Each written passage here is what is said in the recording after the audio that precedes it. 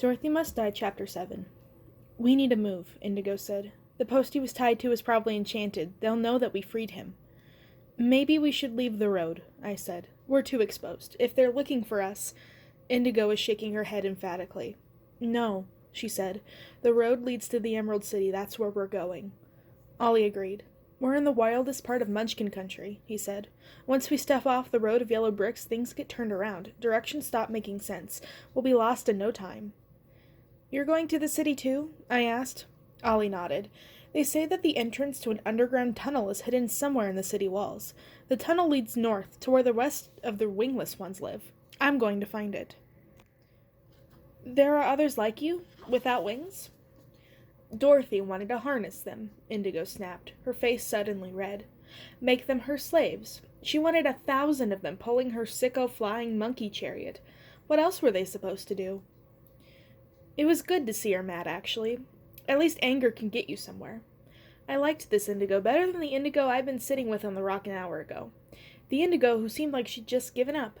I liked this Indigo better than the one who had been so terrified that she wanted to leave Ollie strung up by the side of the road. I just didn't know what she was talking about. I looked at Indigo quizzically. My people have always been used by those who are more powerful, he began to explain. Even before Dorothy rose to power, we were slaves to others. It's part of our enchantment. The wings are vulnerable to magic. They make us easy to control. When we were freed from the witches, we thought we would never have to serve anyone again. But then Dorothy came back. This time, some of us decided that the price of freedom was worth paying. So you cut off your wings, I said. I couldn't imagine that kind of sacrifice. I thought I understood it, though. I would rather be free than fly, Ollie said firmly. Not all of my people agreed. A look of pure disgust crossed his face. The ones who would be free went north, into hiding. Why are you here, then? I asked. Why aren't you up north with them? I couldn't leave them. Who? I asked. He looked to the ground. My parents, he said. My sister. They thought their wings were what made them special, so they stayed behind. Now they pull Dorothy's chariot. I thought I could help them. I thought I could convince them. He faltered, his voice breaking. I guess Dorothy's must not have liked that plan, I said. Indigo was getting antsy.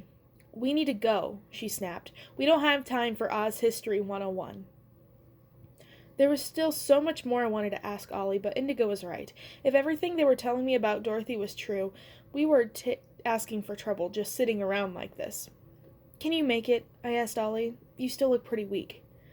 But Indigo was already marching ahead of us, her boots stomping against the brick road.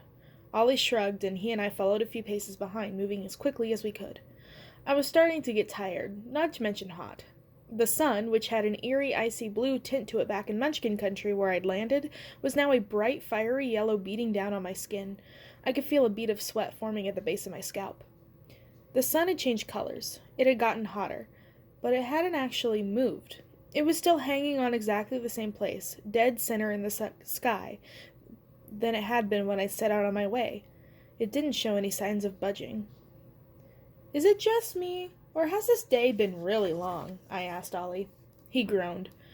The day is as long as Dorothy wants it to be, he said. She controls the time around here. Sometimes it ages before she remembers to turn the hands on the great clock and make it night again. The princess gets distracted easily. I shuddered. In addition to everything else, Dorothy controlled time itself. We kept walking. The girl took us by surprise when she appeared in the middle of the road out of nowhere, blocking our way. She had dark hair and flawless ivory skin, and was dressed in a silk-sheathed dress in emerald green, setting off huge green eyes. She must have been about my age, and she was more beautiful than any girl I'd ever seen before. She also had way more bling. Strapped to her head was a tall gold crown that burned in the endless afternoon sunlight. Her ears were covered by giant jewel-encrusted poppies that looked like really fancy earmuffs. As soon as we saw her, Indigo and Ollie dropped instantly to one knee. Indigo grabbed my arm and pulled me down with her. Dearest people of Munchkin Country. The girl was talking to us as if she were addressing a huge audience, except there was no one else here. I am pleased to announce this auspicious day for all of Oz. A day when sadness bids its farewell, and joy begins its eternal reign. By royal order, under punishment of death, I hereby declare happiness henceforth. Indigo sighed in disgust and rose to her feet, just as the girl had started her speech all over again. It was like someone had set her on repeat. "Dearest people of Munchkin Country," the girl cried again. "It gets me every time," Indigo muttered. "Just ignore her," she said, noticing my confused expression. "Come on." "It's not real," Ollie exclaimed, standing too. "Just a recording. You come across them every now and then, just to keep us in line. I bet it means we're getting close to the Emerald City, though." "Who is she?" I asked. "That's not Dorothy, is it?" "It's Ozma, Oz's true ruler," Indigo said. "She's still technically in charge, but no one's seen the real Ozma outside the palace in ages. It's always just these illusion things. Look." She wound up her arm like a pitcher and went to slap the girl. Her hand pressed easily through the princess's head. "See? Fake. The real Ozma doesn't care about us anymore." "I am pleased to announce this auspicious day for all people of Oz," Ozma kept babbling. Ollie looked away from the hologram, like it hurt him to stare at her even a second longer, and then Indigo stepped right through her and we all just kept on walking.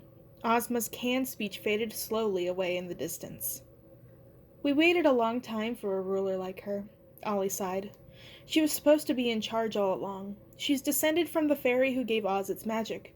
She was just a baby when the wizard came here, and he didn't want her getting in his way, so he sent her off somewhere. Then, when he left, he made Scarecrow the king. That didn't go well." "The Scarecrow was evil too? Like Dorothy?" I asked. I was having a hard time keeping track of all this, but something about it seemed important. "No," he said, and then chuckled ruefully to himself. "Not then, at least. He just wasn't a very good king." "He wanted to sit around the palace thinking all day," Indigo cut in. "If you ask me, brains aren't that's all they're cracked up to be. Anyway, everything went to hell, until Ozma came back." "Where was she the whole time?" "No one knows," Ollie said. "She would never talk about it. But she has fairy blood, which means she had the right to the crown. It's deep magic. Since she was finally of age, no one could do anything to take it away from her." "Dorothy did," I pointed out. "Not exactly," Ollie said. "Ozma was in charge for a long time," Indigo said.